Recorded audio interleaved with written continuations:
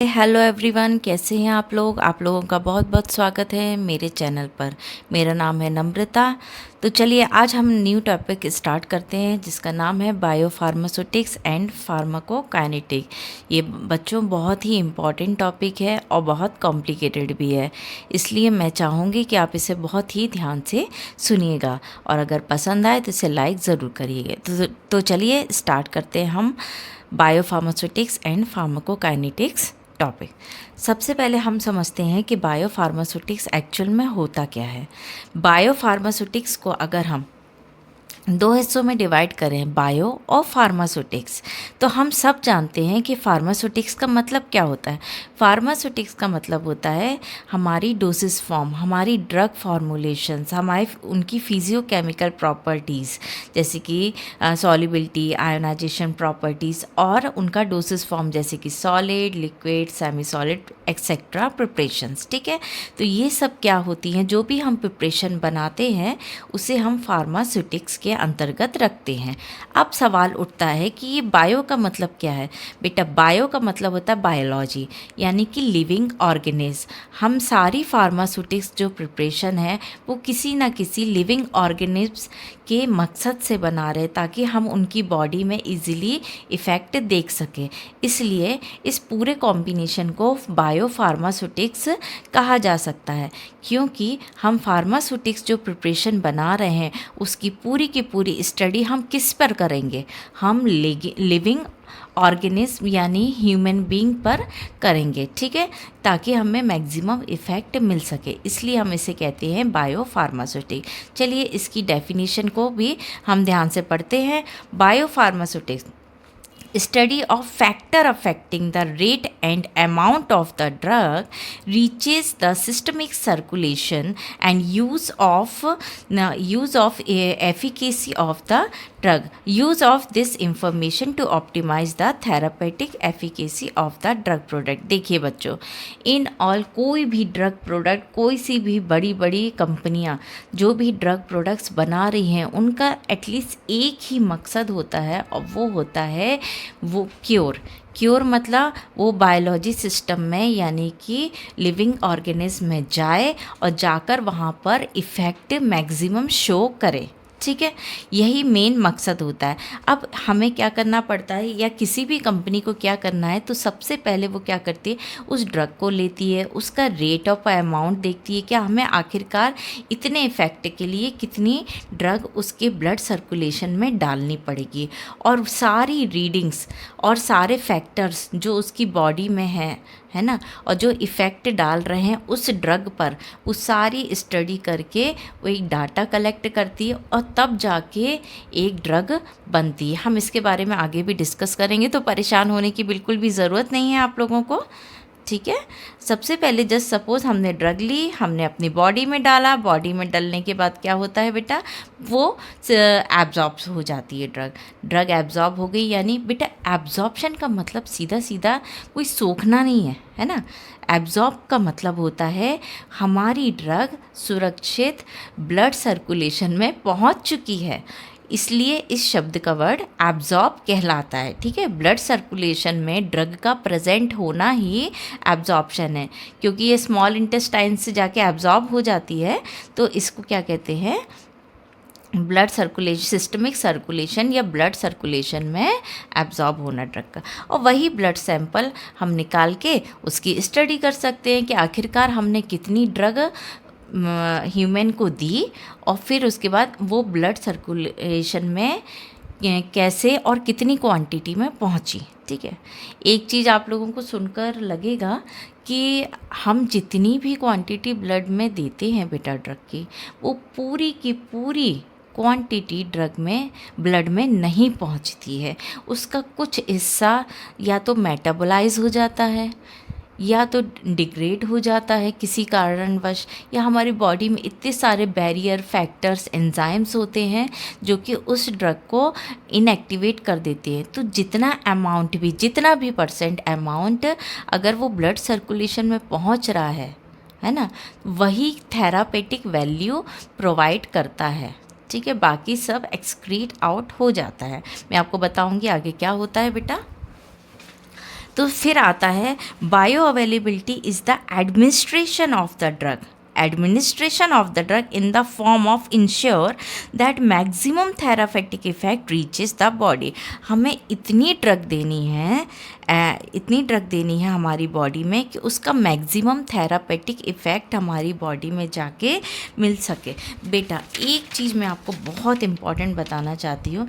देखिए कोई भी ड्रग है ना, कोई भी ड्रग है उसकी एक पर्टिकुलर अमाउंट या पर्टिकुलर क्वांटिटी होती है जिसमें वो सबसे ज़्यादा इफ़ेक्ट देती है, हमारी बॉडी को सबसे ज़्यादा थेरापेटिक इफ़ेक्ट देती है, इसे है ना थेरापेटिक इफ़ेक्ट देती है। अगर उसकी ज़रा भी क्वांटिटी अप जाती है तो ये क्या हमको प्रोवाइड करती है, टॉक्सिक लेवल प्रोवाइड करती है, और अगर कम रहती है तो नॉन इफ़ेक्ट मिलता है, यानी कि हमारे किसी भी काम की नहीं है।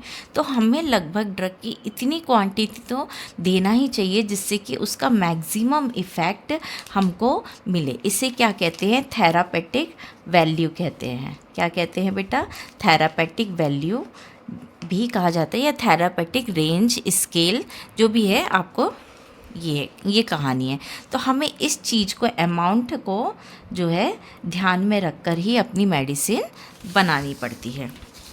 तो सबसे पहले हम देख लेते हैं सबसे पहले हमने देखा कि हमने ड्रग जो है अपने माउथ में दिया, जो कि स्टमक में गया, वहाँ पे जाके ये एब्जॉर्ब होगा, राइट, स्मॉल इंटेस्टाइन के थ्रू जस्ट एब्जॉर्ब किया, एब्जॉर्प्शन के थ्रू टारगेट सेल पे गया है, ठीक है। टारगेट सेल से होने के बाद जो है मेटाबोलाइज हुआ लीवर में जाके, और वहाँ पे जाके लीवर ने क्या कर दिया, उसको डिग्रेडेशन कर दिया, और डिग्रेडेशन के बाद ये एलिमिनेशन में पहुँच गया। एक चीज़ मैं और आपको बताना चाहती हूँ, शायद आप लोगों ने कभी ना सुनी हो।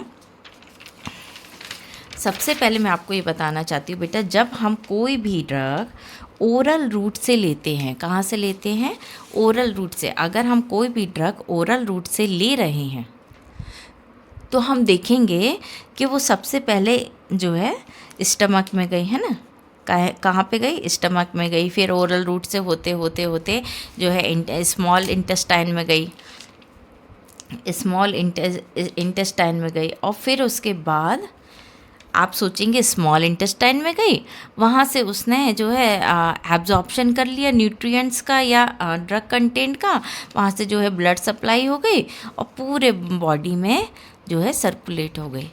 ऐसा नहीं होता है, यही तो आश्चर्य की बात है, ऐसा नहीं होता है। हम लोगों ने अभी तक क्या देखा कि हमने कोई भी फूड लिया, फूड लेके वो जो है स्टमक में गया, स्टमक में जाने के बाद ये स्मॉल इंटेस्टाइन में चला गया, और फिर उसके बाद रफ जो मटेरियल है वैक्स एक्सक्रीट हो गया, ठीक है, स्मॉल इंटेस्टाइन के थ्रू जो है एब्जॉर्ब हो गया। इसकी आगे की कहानी बची हुई है बेटा। क्या कहानी बची है कि हमारे स्मॉल इंटेस्टाइन से कोई भी चीज़ जब एब्जॉर्ब होती है, चाहे वो न्यूट्रिएंट हो, चाहे फूड हो, चाहे ड्रग ही क्यों ना हो, ठीक है, ये जो है ये कहाँ पे जाते हैं बेटा, ये सारी चीज़ें, पूरा ब्लड एब्जॉर्प्शन यहाँ से पोर्टल वेन से, कौन सी वेन से, पोर्टल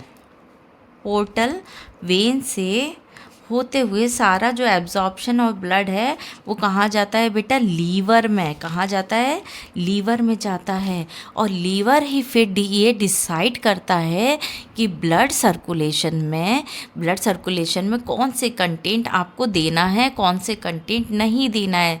जस्ट सपोज मान लीजिए एक दिन आपने ग्लूकोज बहुत ज़्यादा खा लिया, ठीक है, या फिर कोई भी एक कंटेंट बहुत ज़्यादा खा लिया, तो ऐसा हो सकता है क्या कि आपके ब्लड का जो पीएच है एकदम बिल्कुल ड्रास्टिक चेंज हो जाए, बिल्कुल एसिडिक हो जाए, है 1.2 पहुंच जाए, 7.4 से भैया आज हम 1 हो जाएंगे, इनने ज़्यादा एसिडिक खा लिया है।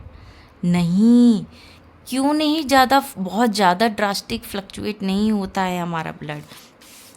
क्यों, उसमें बैलेंसिंग अमाउंट में सारे न्यूट्रिएंट होते ही होते हैं।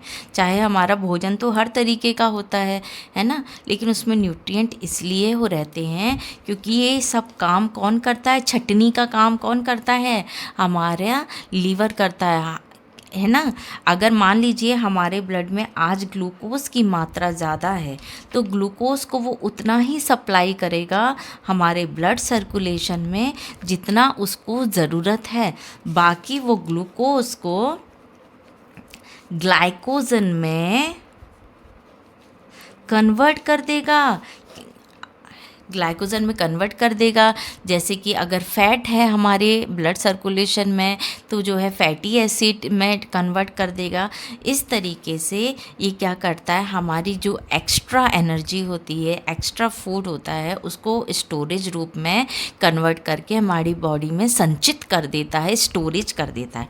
बाकी जितना अमाउंट की ज़रूरत हमको होती है उस अमाउंट को वो जो है ब्लड सर्कुलेशन में सप्लाई कर देता है। अब बात आती है हमारे ड्रग की।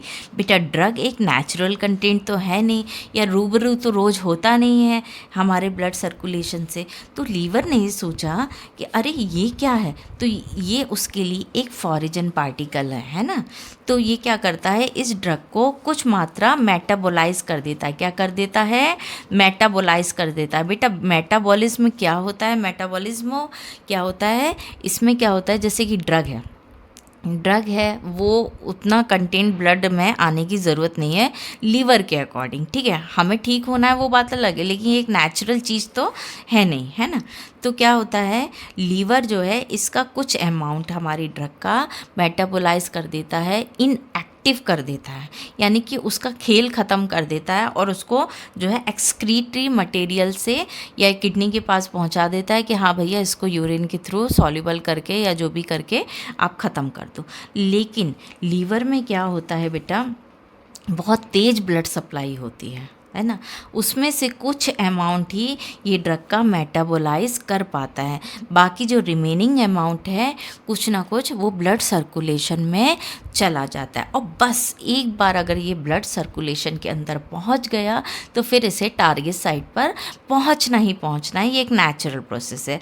आई होप आपको ये जानकारी बड़ी इंटरेस्टिंग लगी होगी कि स्मॉल इंटेस्टाइन के एब्जॉर्प्शन के बाद भी एक स्टेप होती है जो कि लीवर में जाती है पोर्टल वेन के थ्रू और होती है मेटाबोलाइजेशन, ठीक है। इसके बाद हम एक जानकारी और देना चाहेंगे कि लाइपोफिलिक ड्रग होती है और हाइड्रोफिलिक होती है। बेटा ड्रग दो प्रकार की बनती हैं, या यूं कहूँ कि कोई भी ड्रग दो चीज़ों की कॉम्बिनेशन से बनती है, ठीक है, कॉम्बिनेशन जुड़ाव से बनती है। अगर हम ड्रग केवल लाइपोफिलिक बनाएंगे, केवल लाइपोफिलिक, चलिए आज हमने ड्रग बनाए जो कि केवल लाइपोफिलिक है, ठीक है। तो लाइपोफिलिक क्या होगी, बढ़िया तरीके से मेम्ब्रेन तो क्रॉस कर देगी। किसकी मेम्ब्रेन क्रॉस कर देगी, ये जो है हमारी सेल के, हमारी कोशिकाओं के चारों तरफ जो मेम्ब्रेन होती है ना, लिपिड फॉस्फोरस की मेम्ब्रेन होती है ना, आप लोगों को पता होगा, लिपिड बाइलेयर, है ना। इस मेम्ब्रेन को वो इजीली क्रॉस तो कर देगी, इसका एब्जॉर्प्शन तो एक नंबर होगा, बिल्कुल शानदार होगा। लेकिन हमारी ड्रग को ब्लड सर्कुलेशन के थ्रू ही जाना है टारगेट एरिया पे। कहाँ जाना है, ब्लड सर्कुलेशन के थ्रू ही टारगेट एरिया में जाना है। अब मैं ये तो नहीं कहूँगी कि ब्लड सर्कुलेशन में भर भर के फैट है, ज़रा भी नहीं, उसमें मैक्सिमम अमाउंट तो वाटर कंटेंट ही है। तो फिर इसका क्या करेंगे, इसलिए यहाँ पे टोटल अगर प्योर रूप में हम कोई भी ड्रग ले रहे हैं तो लाइपोफिलिक तो नहीं रख सकते। अब चलिए हाइड्रोफिलिक की बात करें। हाइड्रोफिलिक अगर हमने मान लीजिए कोई भी ड्रग बनाई तो हमारी सेल की मेम्ब्रेन ही जो है लिपिड लविंग है ना, लिपिड को चाहने वाली है, लिपिड लविंग लाइपोफिलिक है। तो वाटर कंटेंट तो वैसे भी बहुत मुश्किल हो जाएगा यहाँ पे पहुँचना। बाकी सप्लाई, सॉल्युबिलिटी और जिसके जो सेल के अंदर एक्वस चैम्बर होता है जिसे साइटोप्लाज्म कहते हैं, वो सब कुछ हो सकता है। लेकिन सबसे पहले एंट्री पास तो मिले। आपको पिक्चर देखने जाना है, आपके पास एंट्री पास ही नहीं है, आपके पास टिकट ही नहीं है, तो आगे पिक्चर देख के क्या ही करेंगे, है ना। अब सॉल्यूशन ये है कि हमें दोनों ही ड्रग कॉम्बिनेशन में बनाने पड़ते हैं, जहाँ पे लिपिड कंटेंट भी हो और हाइड्रो कंटेंट भी हो, तभी हमारी एक सफलतापूर्वक ड्रग बन सकती है, ठीक है। तो ये बात हमेशा ध्यान रखें कि अगर हम लिपिड सॉल्युबल ड्रग ले रहे हैं तो उसका एब्जॉर्प्शन तो शानदार होता है और हाइड्रोफिलिक का एब्जॉर्प्शन जो है लो लेवल पे होता है, लेकिन दोनों का अपने आप में एक बहुत ही शानदार रोल प्ले होता है। चलिए अब आते हैं हम फार्माकोकाइनेटिक की तरफ। आई होप आपको इतना समझ में आया होगा, है ना। अब आते हैं हम फार्माकोकाइनेटिक्स क्या होते हैं बेटा। चलिए इसको भी हम कुछ दो हिस्सों में डिवाइड कर लेते हैं। पहला लेते हैं हम फार्मा और दूसरा लेते हैं हम काइनेटिक्स, ठीक है। अच्छा ये बताइए कि काइनेटिक्स मतलब क्या फील होता है। काइनेटिक्स का मतलब क्या आप समझ सकते हैं। तो काइनेटिक्स का मतलब कोई चीज़ चलती हुई या जिसका मूवमेंट हो रहा हो, जो स्थिर ना हो, उसे कहते हैं काइनेटिक्स यानी कि मूवमेंट। और फार्मा मतलब अभी हमने पहले ही डिस्कस किया था, हमारी मेडिसिन, हमारा डोसेस फॉर्म, हमारी फिजियोकेमिकल प्रॉपर्टीज़ और भी ना जाने क्या क्या, ठीक है। तो इसमें हम क्या देखेंगे, ड्रग का मूवमेंट देखेंगे। कहाँ पर देख रहे हैं, ऑब्वियसली ह्यूमन बीइंग के लिए ड्रग बन रही है, लिविंग ऑर्गेनिज्म्स के लिए ड्रग बन रही है, तो हम उनकी स्टडी बॉडी में ही तो करेंगे, है ना। तो ये हो जाता है फार्माकोकाइनेटिक्स, ठीक है।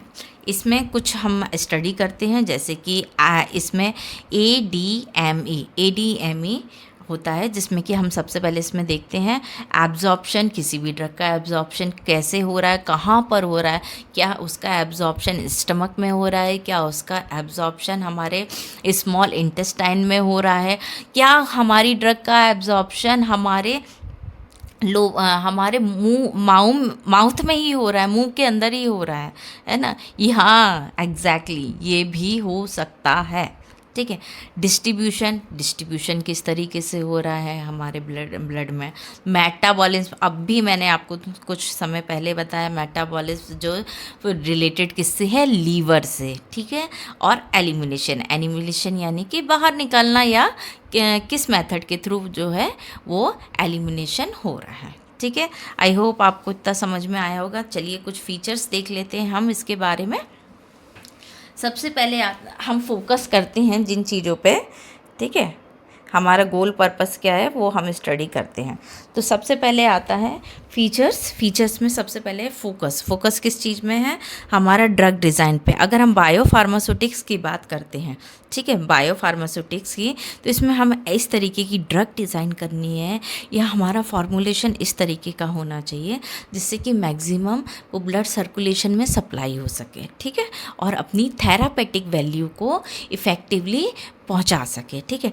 अगर हम फार्माकोकाइनेटिक की बात करें तो ऑब्वियसली इसमें किस चीज़ की स्टडी करते हैं, मूवमेंट ऑफ ड्रग। हमारी ड्रग कैसे कैसे जा रही है, किन किन कठिनाइयों से, कितना संघर्ष लेके वो ड्रग पार हो रही है, ठीक है। अब इसमें मेन फैक्टर क्या होता है, मेन फैक्टर जो अफेक्ट करते हैं, हम डोजेस फॉर्म किस टाइप की दे रही है। हमारी डोजेस फॉर्म सॉलिड है, हमारी डोजेस फॉर्म लिक्विड है, हमारी डोजेस फॉर्म सेमी सॉलिड है, किस तरीके की है ना।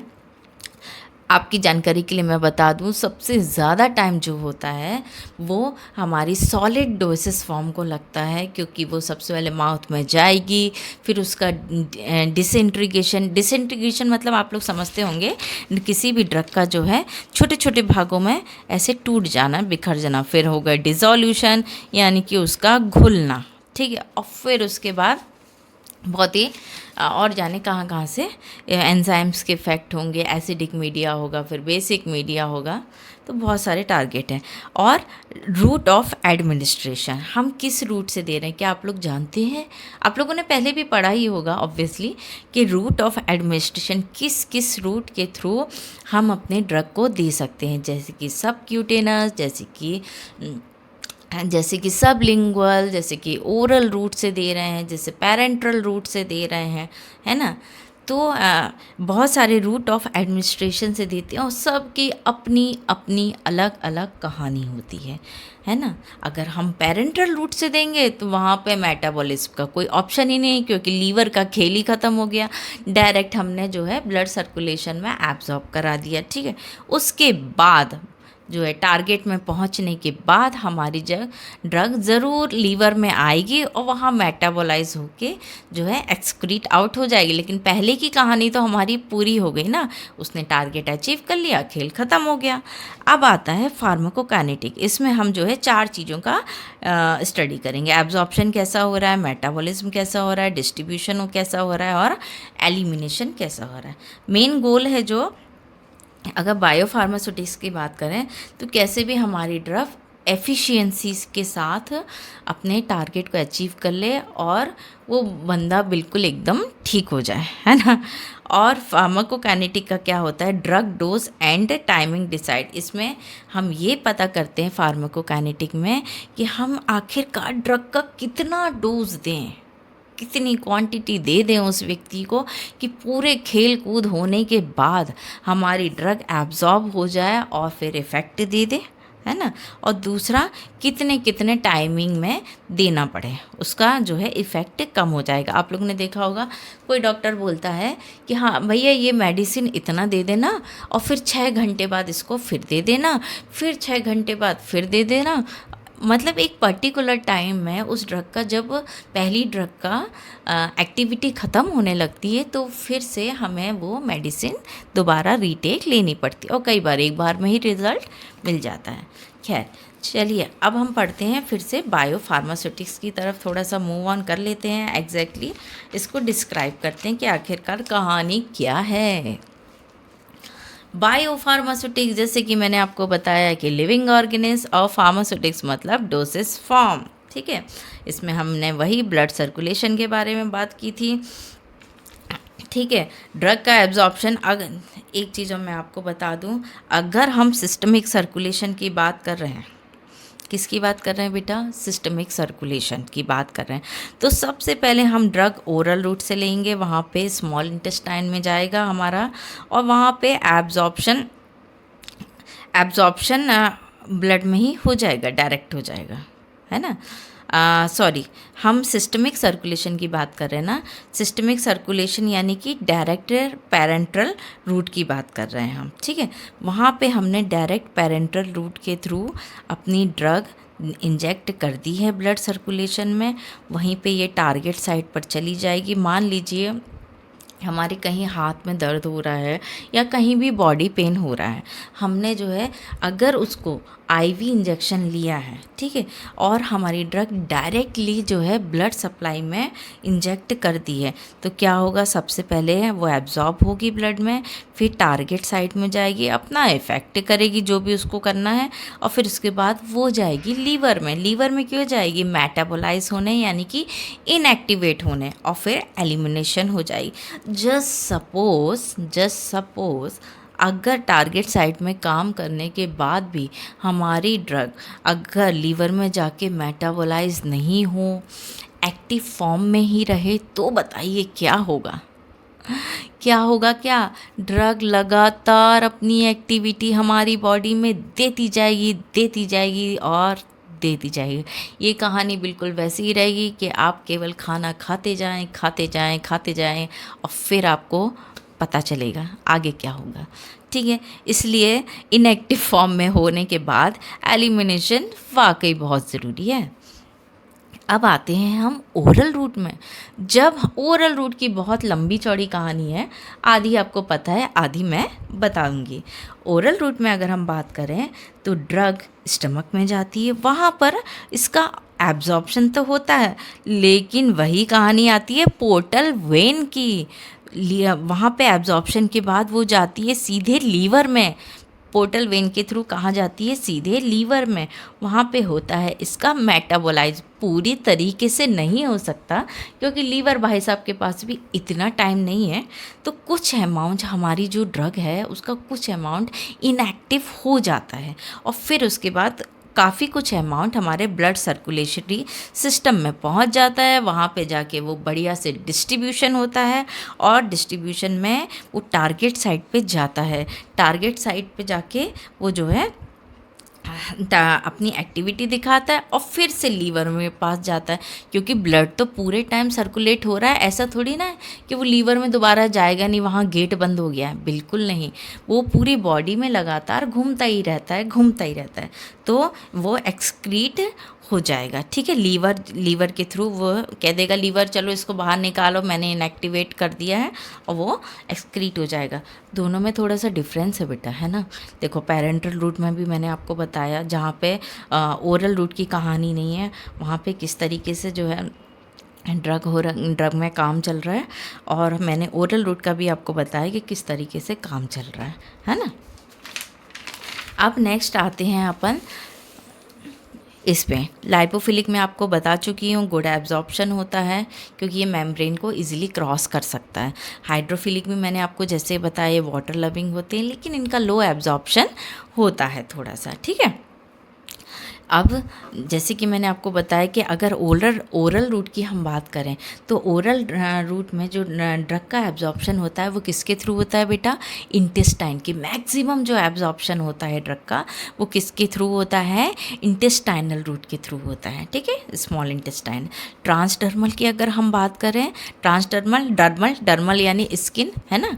ट्रांसडर्मल की अगर हम बात करें तो इसका एब्जॉर्प्शन स्टमक तो नहीं कर पा सकता, स्मॉल इंटेस्टाइन भी नहीं करेगा, क्योंकि हम अप्लाई कहाँ कर रहे हैं ड्रग, हम जस्ट सपोज जैसे क्रीम है, लोशन है, यानी कि सेमी सॉलिड प्रिपरेशन है, अगर हम अपनी स्किन में अप्लाई करेंगे तो कहाँ एब्जॉर्ब होगा, स्किन टिश्यू ही एब्जॉर्ब करेंगे, स्किन बैरियर ही एब्जॉर्ब कर सकते हैं, है ना।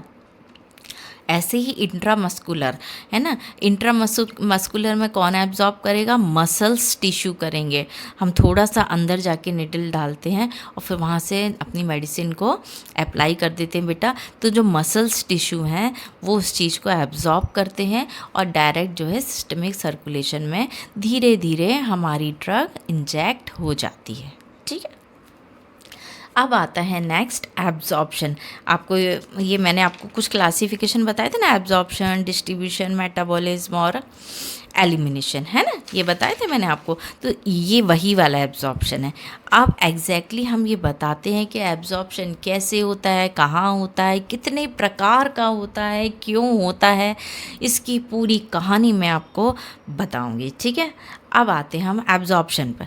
बेटा एब्जॉर्प्शन को इसमें हम क्या क्या स्टडी करेंगे, एब्जॉर्प्शन की मैकेनिज्म क्या होती है, ठीक है, और हाउ मच ड्रग एब्जॉर्ब, आखिरकार कितनी ड्रग एब्जॉर्ब हो रही है इसमें स्टडी करेंगे, है ना, कितना समय लग रहा है एब्जॉर्ब होने में। ठीक है, और कौन कौन से रूट हैं जिनके थ्रू हमारी ड्रग एब्जॉर्ब हो रही है, ऐसे कौन कौन से फैक्टर हैं जो हमारी ड्रग को अफेक्ट कर रहे हैं, उनको तकलीफ़ पहुंचा रहे हैं, तकलीफ़ भी पहुंचा सकते हैं और एब्जॉर्प्शन को बढ़ा भी सकते हैं। ऐसा कुछ नहीं है कि केवल कम ही करेंगे, बढ़ाई भी जा सकती है कहानी। ठीक है, mechanism of drug absorption through GIT factor influencing the drug absorption। तो चलें आगे चलते हैं मैकेनिज्म देखने। चलिए, तो सबसे पहले पहुंचते हैं मैकेनिज्म। बेटा यहाँ पे 6 तरीके की आपको मैकेनिज्म दिखाई देगी। ठीक है, सबसे पहले आता है पैसिव डिफ्यूजन, ठीक है, दूसरा फैसिलिटेड डिफ्यूजन, तीसरा active transport, fourth port transport, fifth non pair and ion pair transport, और सिक्स्थ है एंडोसाइटोसिस। बेटा पैसिव और एक्टिव आई थिंक आप लोगों ने पहले भी पढ़े होंगे, है ना, एक्टिव और पैसिव, है ना। तो मैं फिर भी आप लोगों को थोड़ा सा डिस्क्राइब कर देती हूँ, बहुत ज़्यादा डिटेल बताने की ज़रूरत नहीं है, फिर भी मैं आपको डिस्क्राइब कर देती हूँ। पैसिव ट्रांसपोर्ट, बेटा पैसिव ट्रांसपोर्ट वो ट्रांसपोर्ट होता है जहाँ पे एनर्जी की बिल्कुल भी ज़रूरत नहीं पड़ती। ये एक नेचुरल प्रोसेस है ट्रांसपोर्टेशन की, इसमें एनर्जी अफेक्ट्स वगैरह किसी की भी ज़रूरत नहीं पड़ती। यहाँ पे क्या होता है, हाई कंसंट्रेशन से ड्रग का मूवमेंट होता है लो कंसंट्रेशन में। आप लोगों को पता होगा जहाँ पे भी किसी भी मॉलिक्यूल्स का हाई कंसंट्रेशन होता है, उसका मूवमेंट हमेशा एक नेचुरल रूप में ही लो कंसंट्रेशन की तरफ मूवमेंट होता है। और ये मूवमेंट तब तक होता रहता है जब तक दोनों साइड बराबर मात्रा में जो है मॉलिक्यूल्स नहीं हो जाए या कंसंट्रेशन बराबर मात्रा में नहीं हो जाता।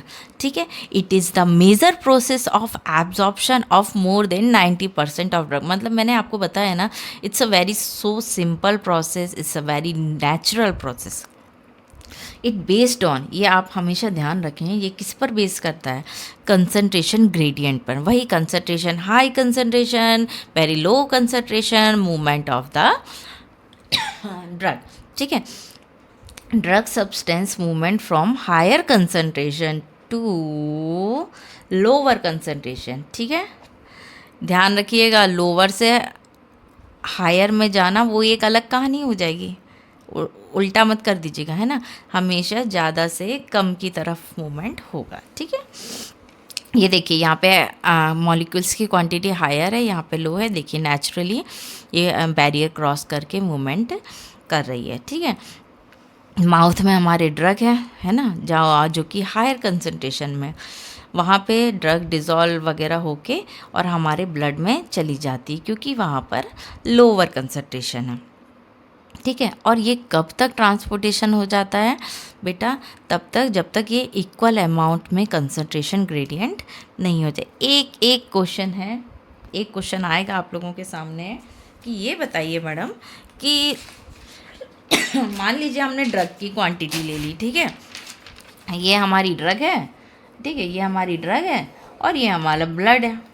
ठीक है, हमने अपने मॉलिक्यूल चलिए 50% यहाँ पे पहुँचा दिए ब्लड में।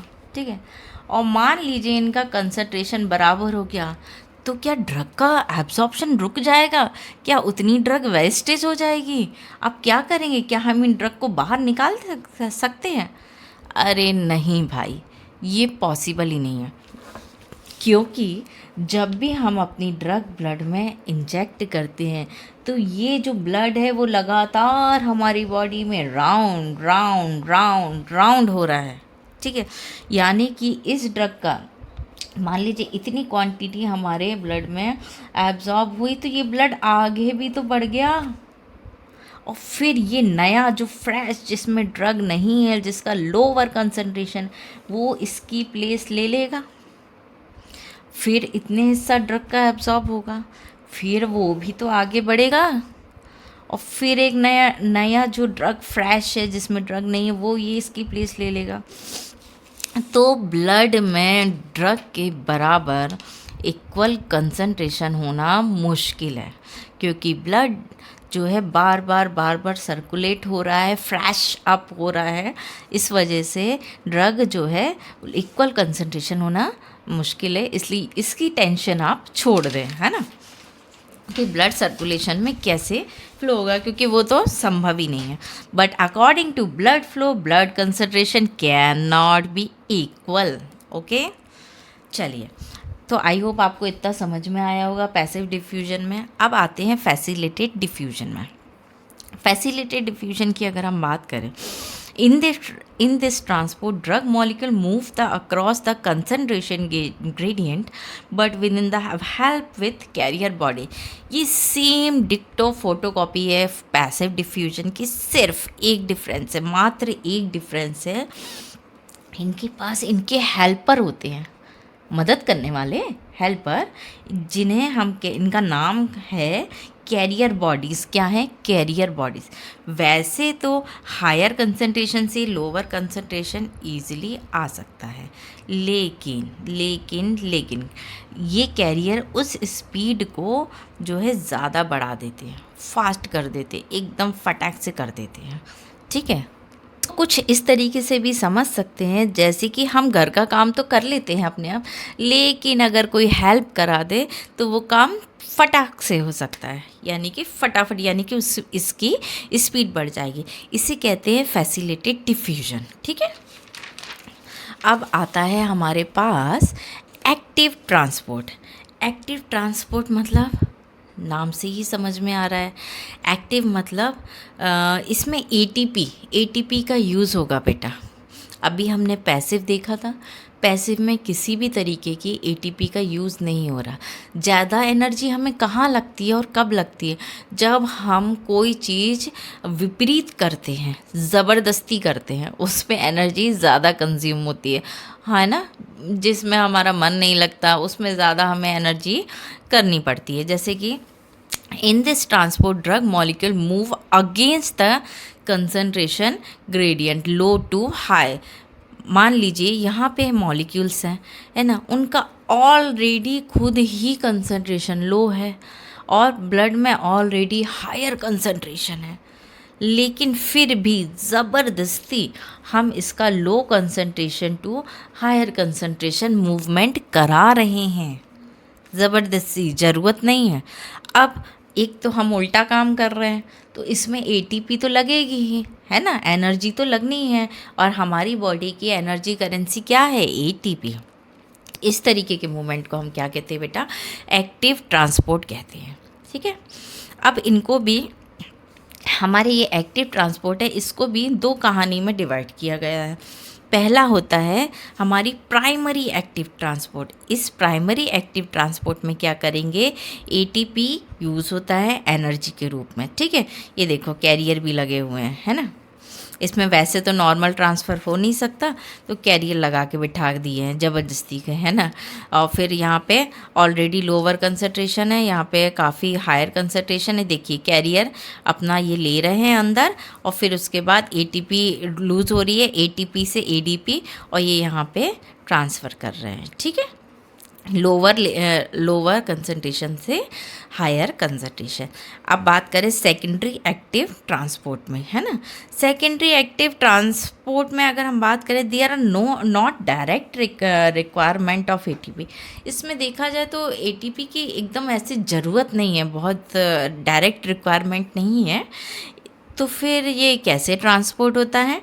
इसकी कहानी भी बहुत इंटरेस्टिंग है बेटा। सबसे पहले तो क्या होता है, मान लीजिए हमारी जो कोई सेल है ना, सेल के जो है आप लोगों ने देखा होगा मिनरल्स, आयंस जो है ट्रांसपोर्ट होते रहते हैं, है ना। कभी सोडियम निकल रहा है, कभी कुछ निकल रहा है, कभी कुछ निकल रहा है। तो मान लीजिए ये किसी चैनल के थ्रू सोडियम अंदर आया, ठीक है, और वहीं से इसके साथ एकदम बिल्कुल चिपक के ग्लूकोज भी अंदर आ गया, है कि नहीं। ग्लूकोज भी इस चैनल के थ्रू आ गया ज़बरदस्ती में। ठीक है, तो ये बिल्कुल उसी तरीके से है कि एक जन को बुलाया गया, है ना, निमंत्रण पत्र दिया गया, उसके साथ वो 2-4 लोगों को और ले आया कि हम तो आ ही गए हैं, तुम भी इंजॉय कर लो, है ना। तो ये हो गया, there are not direct requirement of ATP used electrochemical gradient. ठीक है, इलेक्ट्रोकेमिकल ग्रेडियंट कह सकते हैं इसमें, सोडियम में क्योंकि चार्जेस होते हैं ना, तो electrochemical gradient as a energy with the help of ionic transport. ये बेटा अपनी सेल की जो वॉल होती है ना, सेल की जो वॉल होती है ना डबल लेयर, उसमें आयनिक ट्रांसपोर्टर भी होते हैं, चैनल्स होते हैं। क्या होते हैं? आयनिक ट्रांसपोर्टर चैनल्स भी होते हैं, जहाँ पे सोडियम, पोटेशियम, मैग्नीशियम जो ये होते हैं ना सॉल्ट्स, उनका ट्रांसपोर्टेशन होता रहता है, और उन्हीं चैनल के थ्रू चिपक के ये जो है दूसरी चीज़ें भी घुस जाती हैं कई बार। ठीक है, इन्हें क्या कहते हैं? सिम्पोर्ट या को ट्रांसपोर्टेशन, यानी कि साथ में किया गया ट्रांसपोर्टेशन। ठीक है, movement of in same direction. ठीक है, सेम डायरेक्शन में मूवमेंट हो रहा है। ये सोडियम हुआ तो उसके साथ जो है ग्लूकोज भी आके जुड़ गया। अब आता है एंटीपोर्ट। क्या आता है? एंटीपोर्ट, जिसे काउंटर ट्रांसपोर्ट भी कहा जाता है। इसमें क्या कहानी है? इसमें होता है movement of molecules in opposite direction. आप लोगों ने देखा होगा जब हमने सेकेंडरी एक्टिव ट्रांसपोर्ट की बात करी थी, है ना, तो इसमें हमने आयन एक्सचेंज की बात की थी, जिसमें सोडियम भी अंदर ही जा रहा था और ग्लूकोज भी अंदर ही जा रहा था, यानी कि सेम डायरेक्शन में जा रहा था, यानी वो उससे लग के जा रहा था, उससे फ्रेंडशिप करके जा रहा था, राइट। लेकिन एंटीपोड की कहानी में है जानी दुश्मन की कहानी। इसका मतलब है इसमें जैसे ही चैनल ओपन हुआ आयन का, ठीक है, तो उसने क्या किया, एक आयन तो जो है बाहर निकल गया, लेकिन जैसे ही चैनल गेट ओपन हुआ बाहर निकलने के लिए, उसके साथ में गेट तो ओपन है ना, क्योंकि उसको आयन को निकलना है बाहर, दूसरा जो है अंदर आ गया, दूसरा जो है उसके साथ में अंदर आ गया। साथ में तो नहीं, एकदम या तो तुम रहो या तो हम रहेंगे, बस गेट खुलने की देरी है, एकदम से फटाक से एक्सचेंज ऑफर चल जाता है यहाँ पे। इसे कहते हैं एंटीपोड, है ना, एंटी, एक दूसरे से बिल्कुल एंटी रखी है यहाँ पे तो, है ना। फिर आता है, नेक्स्ट आता है पोर ट्रांसपोर्ट। बेटा पोर ट्रांसपोर्ट क्या होते हैं? पोर ट्रांसपोर्ट होते हैं, it is called as a connective transport bulk flow, है ना। देखिए, सबसे पहले अगर हम सेल मेम्ब्रेन की बात करें, बेटा ये हमारी सेल मेम्ब्रेन, हम अभी तक केवल सेल मेम्ब्रेन की ही बात कर रहे हैं, क्योंकि हमें ड्रग क्रॉस करवानी है, अभी हम कोई और टॉपिक लेके नहीं चल रहे हैं, ठीक है। ये पूरी सेल मेम्ब्रेन है, इसमें हमारे पास ड्रग है, ड्रग कंटेंट है लाइपोफिलिक, कुछ मटेरियल है हाइड्रोफिलिक, ये है हमारी मेम्ब्रेन, है ना, और ये है पोर। पोर मतलब बेटा हमारी सेल मेम्ब्रेन के अंदर छोटे छोटे से ये बारीक बारीक से पोर्स होते हैं। ये पोर्स क्यों होते हैं? क्योंकि ये वैसे तो हमारी जो मेम्ब्रेन है वो लाइपोफिलिक होती है, यानी उसने तो सोच के रखा है कि हम उन चीज़ों को ही अंदर लेंगे जो लिपिड की बनी होगी, है ना। लिपिड आपस में भाई भाई हो गए, तो लिपिड की बनी होगी, हम केवल उन्हीं चीज़ों को अंदर लेंगे। अब बेचारे वाटर सॉल्युबल का क्या करें, हाइड्रोफिलिक, तो छोटे छोटे से पोर्स बनाए गए हैं इन्हीं चैनल के बीच में। वो कहते हैं चलो लिपिड वाली लाइपोफिलिक मेम्ब्रेन आपको अंदर नहीं आने दे रही, चलिए मेरे थ्रू वाटर सॉल्युबल कंटेंट अंदर आ जाए, सेल को तो सभी चाहिए ना, है ना। तो वाटर सॉल्युबल जो कंटेंट होता है वो इस पोर के थ्रू ट्रांसपोर्ट हो जाता है, और लिपिड वाले के साथ तो कोई प्रॉब्लम ही नहीं है, इनके लिए तो पूरी की पूरी सेल ही उपलब्ध है, ठीक है। तो इस तरीके से पोर का जो ट्रांसपोर्ट होता है वो पोर से होता है, जो लिपिड का ट्रांसपोर्ट होता है वो लिपिड बाइलेयर के मूवमेंट से हो जाता है, ठीक है। It is also called as connective transport bulk flow, ठीक है। काफ़ी अधिक मात्रा में यहाँ पे वाटर कंटेंट जो है एब्जॉर्ब हो जाता है, ठीक है। It involves the absorption. अब इसमें क्या क्या एब्जॉर्ब किस तरीके का हो सकता है बेटा? सबसे पहले तो इसका मॉलिक्यूलर वेट बहुत कम होना चाहिए, किसका? हाइड्रोफिलिक का, है ना। लिपिड में कोई टेंशन नहीं है, ठीक है। हाइड्रोफिलिक का जो है, जो चैनल के थ्रू ट्रांसपोर्ट हो रहे हैं, उनका मॉलिक्यूलर वेट हल्के फुल्के ही होना चाहिए, ज़्यादा भारी चीज़ नहीं हो सकती, बड़े मॉलिक्यूल भी नहीं हो सकते, छोटे छोटे मॉलिक्यूल ही चाहिए, है ना। एक तो बेचारा वैसे ही दया कर रहा है वो, है ना। फिर लोअर मॉलिक्यूल साइज़ होना चाहिए, वाटर सॉल्युबल ड्रग होना चाहिए। अब इसके अंदर वाटर जा रहा है ना, वाटर ही ट्रांसपोर्ट हो रहा है, तो इसमें जो है ड्रग भी है वाटर सॉल्युबल ही ऑब्वियसली, है ना। लिपिड सॉल्युबल तो वाटर में हो नहीं सकती, और बहुत ही नैरो चैनल होती है ना। तो ये हो जाता है। अब hydrostatic pressure use as a driving force use for water, but drug comes with water, ठीक है। अब आता है सॉल्वेंट ड्रग। सॉल्वेंट ड्रग क्या होता है? Bulk flow of water along with small solid molecule occur through such aqueous channel. In aqueous channel, जो cell membrane में एक्वस चैनल बनाई गई हैं, इसमें वही ड्रग बेटा सॉल्युबल होके पास आउट हो सकती हैं जो वाटर सॉल्युबल हो, है ना। लिपिड सॉल्युबल ड्रग तो ऑटोमेटिक हो ही सकती है, कोई दिक्कत नहीं, लेकिन वाटर सॉल्युबल इसमें जो घुल जाएं वही ड्रग केवल इसमें प्योरली इनकमिंग हो सकती हैं। अब आते हैं हम आयन पेयर ट्रांसपोर्ट में। किस में आते हैं अब? आयन पेयर ट्रांसपोर्ट में। आयन पेयर ट्रांसपोर्ट की अगर हम बात करें तो बेटा इसमें the ion pair transport is the movement of natural complex form by anionic and cationic across the membrane rather than movement of single charge species. इसकी कहानी बहुत ही इंटरेस्टिंग है, मैं आप लोगों को बताती हूँ, पता हाँ, अगर कहानी इंटरेस्टिंग लगे तो कमेंट सेक्शन पे ज़रूर बताइएगा, है ना, मैं आपका वेट करूँगी। मान लीजिए हमारी जो ड्रग है, ठीक है, हमारी जो ड्रग है वो कैटायनिक नेचर की है। कैसी नेचर की है हमारी ड्रग? कैटायनिक। इसमें देखो मैंने प्लस का निशान बना दिया है ना, कैटायनिक नेचर की। और हमारा जहाँ पे ड्रग ट्रांसपोर्ट होनी है ना, वो जो मेम्ब्रेन है रिसेप्टर की तरह काम करेगी, है ना, उसमें कौन कौन से हैं? एनायनिक रिसेप्टर है, ठीक है। ये एनायनिक रिसेप्टर हो गया, ये कैटायनिक अपनी नेचर की ड्रग हो गई। अब जस्ट सपोज मान लीजिए ये हमारी मेम्ब्रेन है, सेल मेम्ब्रेन है। अब इसका दरवाज़ा हमारी ड्रग के लिए तभी खुलेगा, कब खुलेगा? जब इसमें कोई कैटायनिक ड्रग अटैच हो जाएगी, जुड़ जाएगी, और फिर ये जुड़ के जो है इसको अंदर हमारे सेल के अंदर पहुंचा देगा। मान लीजिए अगर ये एनायनिक ड्रग होगी, माइनस और माइनस, ठीक है, तो क्या ये आपस में जॉइंट हो पाएंगे?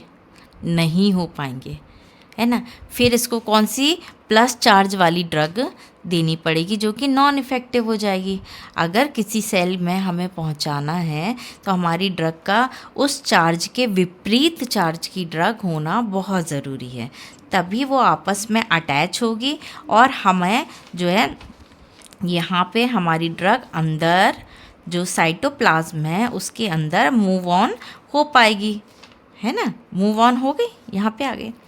अब ये साइटोप्लाज्म है, यहाँ पे थोड़ा बहुत जो भी इफ़ेक्ट हुआ हो एंजाइम्स वगैरह का, वैसे ही बहुत ज़्यादा इफ़ेक्ट नहीं होता है ना, कुछ समय की बात होती है।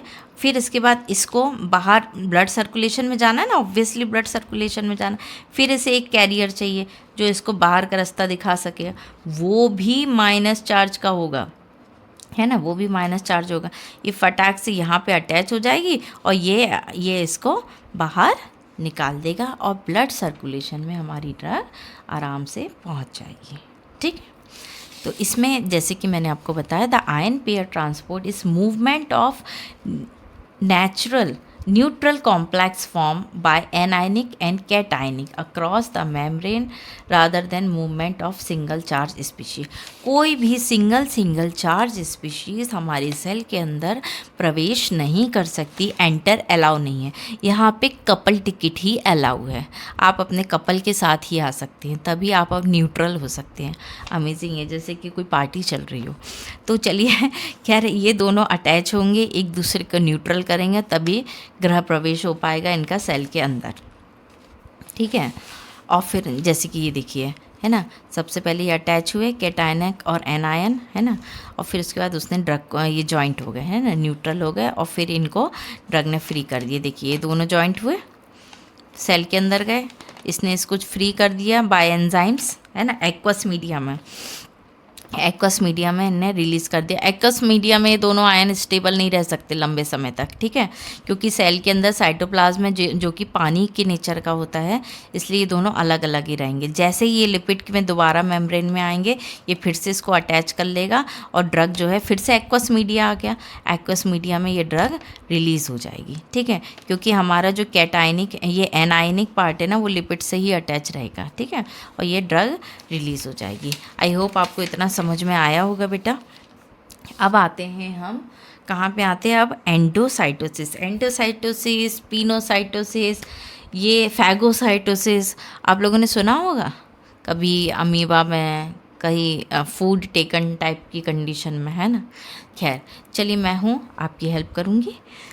मान लीजिए ये एक सेल है, ठीक है, यहाँ पे कोई भी ड्रग आई, है ना, वहाँ पे ये इसकी सेल वॉल से अटैच हो गई, सेल वॉल कह रही, सॉरी, इसकी मेम्ब्रेन से अटैच हो गई, और फिर धीरे धीरे इसने अपना मेम्ब्रेन जो है एक वैक्यूल टाइप का शेप बनाया, और फिर अंदर अंदर अंदर ट्रांसपोर्ट होके ये मेम्ब्रेन फिर से इसकी मेम्ब्रेन में अटैच हो गई और अपना ड्रग रिलीज़ डायरेक्ट साइटोप्लाज्म में दे दिया। अब ये कहानी किन किन चीज़ों में होती है मैं आपको बताना चाहूँगी। सबसे पहले मैं आपको it help in the cellular Uptake of macro molecules. बेटा मैक्रो माइक्रो मॉलिक्यूल्स क्या होते हैं? मैक्रो यानी बड़े मॉलिक्यूल जिनका साइज़ बहुत बड़ा होता है, उन्हें मैक्रो मॉलिक्यूल्स कहा जाता है। It help in cell uptake of macro molecules nutrients like a fat, starch, fat का मॉलिक्यूल भी बहुत बड़ा होता है, स्टार्च का मॉलिक्यूल भी बहुत बड़ा होता है, and oil soluble vitamins, oil soluble जो विटामिन्स होते हैं उनका साइज। तो जो मैक्रो मॉलिक्यूल्स होते हैं, बड़े बड़े होते हैं, उनका जो ट्रांसपोर्टेशन के थ्रू होता है वो एंडोसाइटोसिस की मेथड के थ्रू होता है बेटा। और ऑयल सॉल्युबल कौन से होते हैं? कीड़ा, कीड़ा के नाम से आप इसको याद कर सकते हैं, विटामिन के, vitamin E, vitamin D and vitamin A. ठीक है, इन ये भी 2 टाइप के होते हैं, आप लोगों ने पहले भी पढ़ा ही होगा इसके बारे में, फिर भी मैं आपको बता देती हूँ। फैगोसाइटोसिस यानी सेल ईटिंग, अगर हम भोजन की बात करें, सॉलिड पार्टिकल की बात करें, खाने की बात करें, तो हाँ, अगर absorption Uptake of the solid particle, इसमें क्या, किसका एब्जॉर्प्शन हो रहा है? सॉलिड पार्टिकल का हो रहा है, खाने का हो रहा है। ठीक है, और अगर हम पीनोसाइट की बात करें, यानी पीनो यानी पीना, पानी का पीना है ना, सेल ड्रिंकिंग, तो adsorption Uptake of the liquid soluble. देखिए ज़्यादा कहानी नहीं है, फैगो यानी खाना सॉलिड, और पीनो मतलब पीना यानी कि लिक्विड है। ठीक है, अब आते हैं हम factor affecting the drug absorption. ठीक है, factor affecting the drug absorption, ऐसे कौन कौन से फैक्टर्स हैं जो हमारी ड्रग को एब्जॉर्ब करने के काम आते हैं? पहला आता है फिजियोकेमिकल प्रॉपर्टी। फिजियोकेमिकल प्रॉपर्टीज़ में आता है पार्टिकल साइज, है ना, किसका? ड्रग मॉलिक्यूल का, ऑब्वियसली, है ना। फॉर्मुलेशन किसका? डोजेस फॉर्म का, हमारी ड्रग का, कि सॉलिड है कि लिक्विड है कि क्या है। ठीक है, ionization, pH and lipid soluble and concentration. ठीक है, सेकंड आता है बायोलॉजिकल फैक्टर्स। बायोलॉजिकल फैक्टर यानी कि पेशेंट रिलेटेड। अब बायोलॉजी मतलब ह्यूमन बीइंग, है ना, बायोलॉजी फार्मास्यूटिक्स की बात ख़त्म हो गई, है ना, ह्यूमन बीइंग की बात स्टार्ट हो गई, क्योंकि इसमें बायो लग गया, है ना, बायोलॉजिकल। ठीक है, तो इसमें सरफेस एरिया ड्रग का नहीं, किसका? बॉडी का। किसकी बॉडी का? लिविंग ऑर्गेनिम्स का। जो भी इंसान अगर बहुत ही हट्टा कट्टा है, बिल्कुल 7 फुट हाइट है उसकी, और बिल्कुल लंबा चौड़ा है, सरफेस एरिया कितना है, उसको ड्रग कंटेंट उस हिसाब से ही देना पड़ेगा।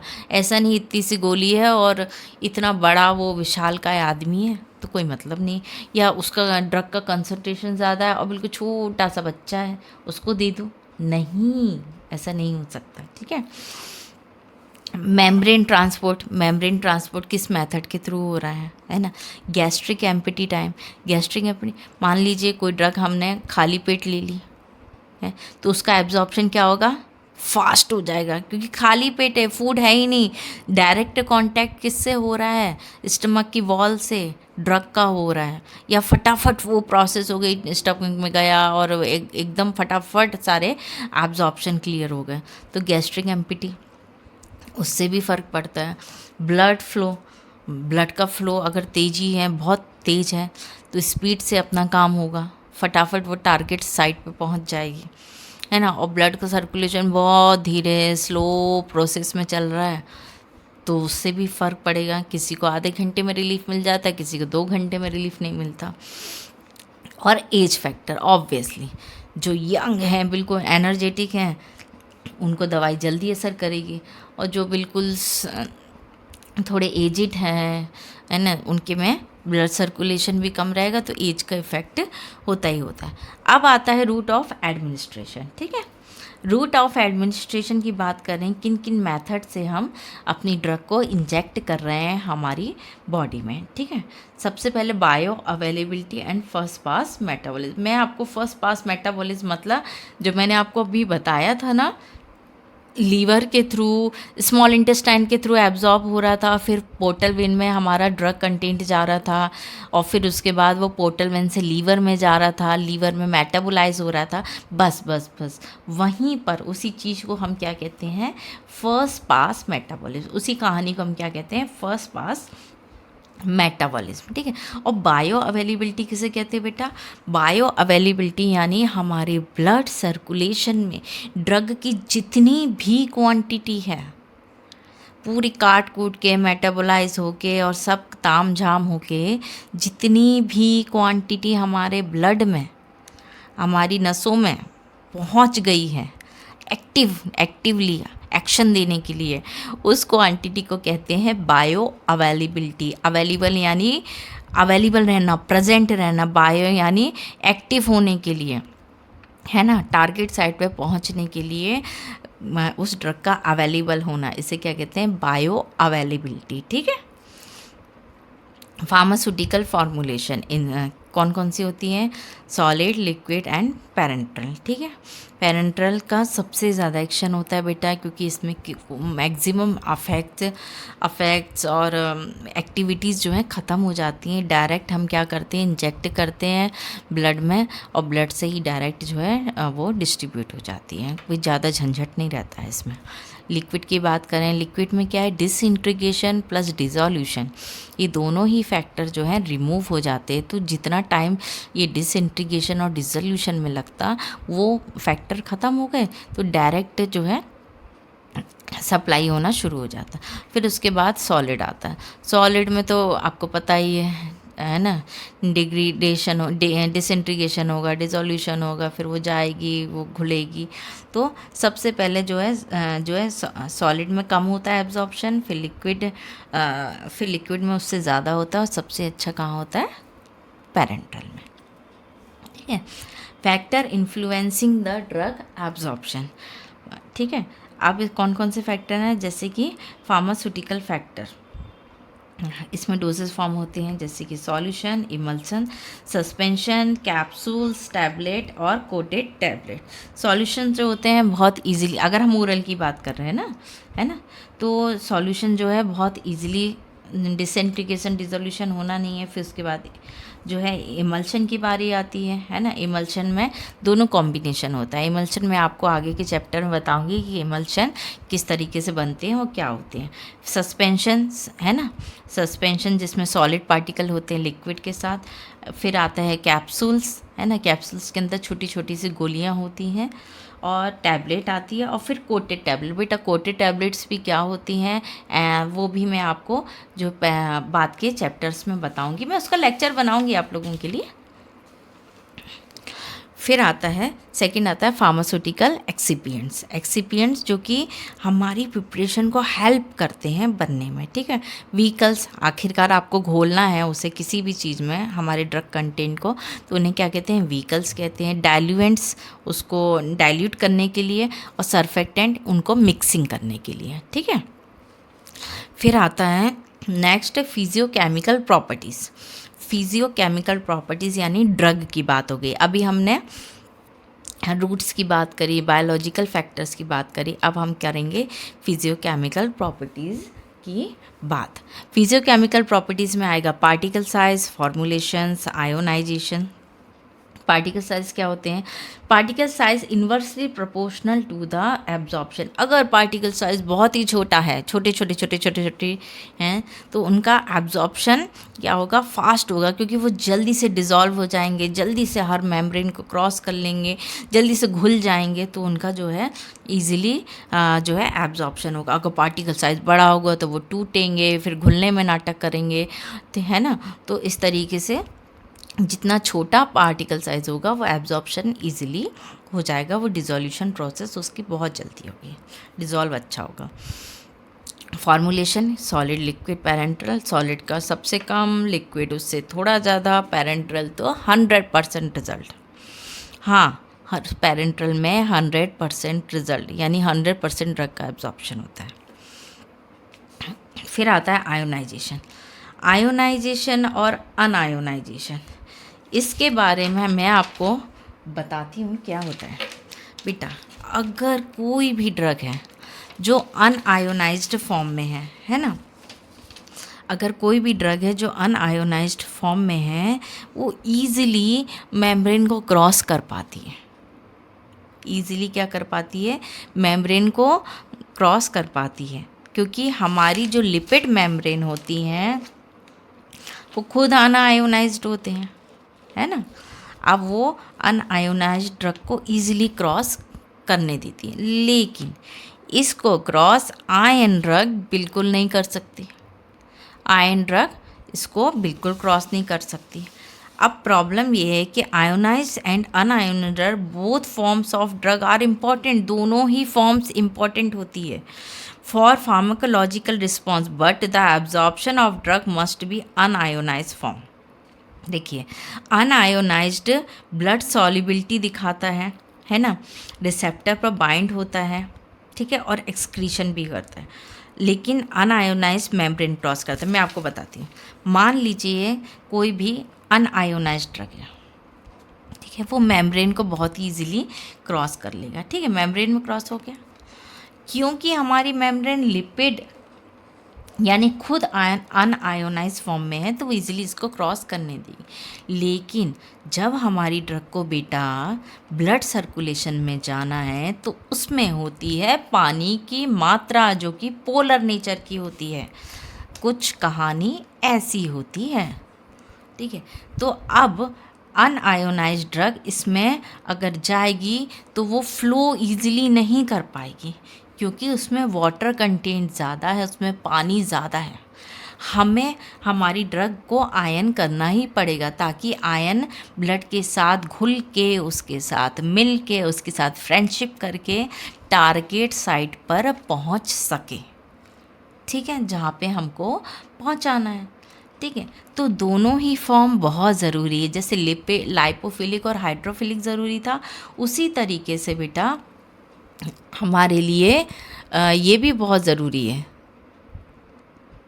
कौन सा? ये अपने अनायोनाइज्ड और आयोनाइज्ड ड्रग, ठीक है।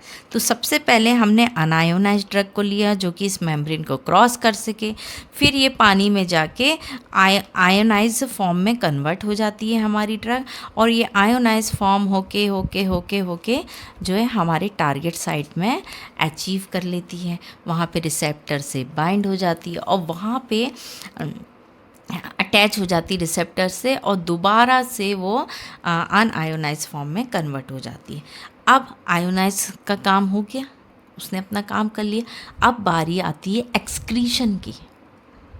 काहे कि मैक्सिमम जो ड्रग होती हैं बेटा, वो हमारे किडनी यानी कि यूरिन के थ्रू पास आउट होकर एक्सक्रीट आउट होती हैं।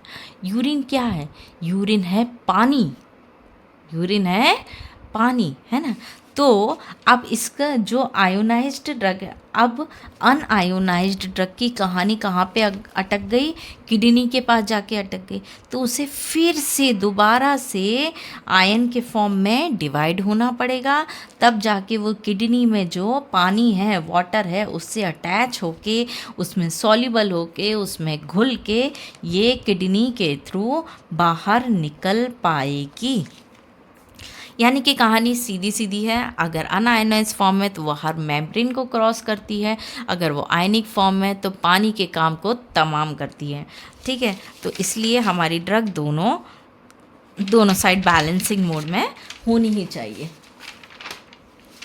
ठीक है।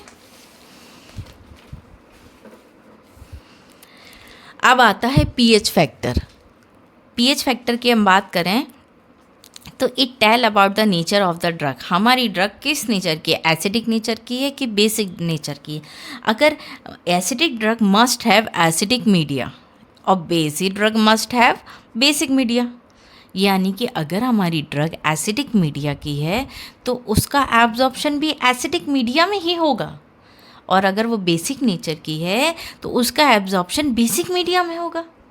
लेकिन अगर हम ओरल रूट से अपनी ड्रग ले रहे हैं तो एसिडिक मीडिया के लिए तो अच्छा है कि जाते से ही सबसे पहले हमें क्या मिलेगा? स्टमक मिलेगा, जहाँ पे भारी मात्रा में HCl निकलेगा, और वहाँ पे ये ड्रग एब्सॉर्ब हो सकती है। लेकिन बेसिक मीडिया का क्या करें?